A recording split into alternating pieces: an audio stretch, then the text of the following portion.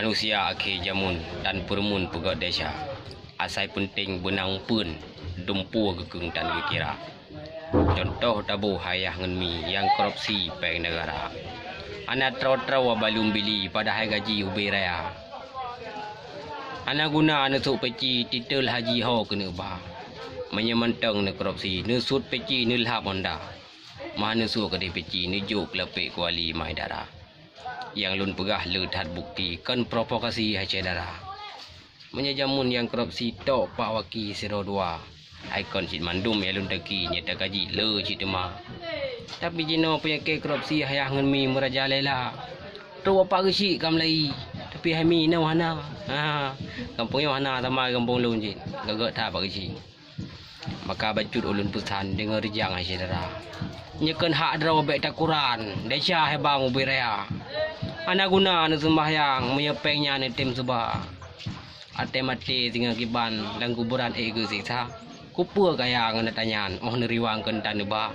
Dana alfa serta sedan rumah mayang tingkat 2. Ate mati lang kuburan wali hebang yang kuasa. Inang laga dan rupawan kagop Quran malam jula. Kaso laga apratah mayang wateyuhnyan 2.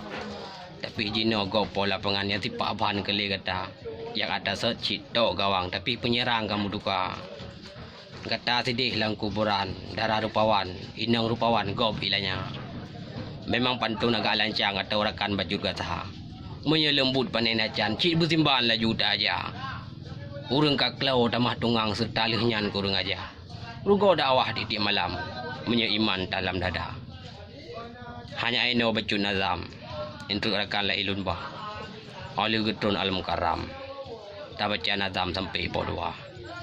Okeylah pemirsa, hanya sekian, mohon maaf atas segala kekurangan.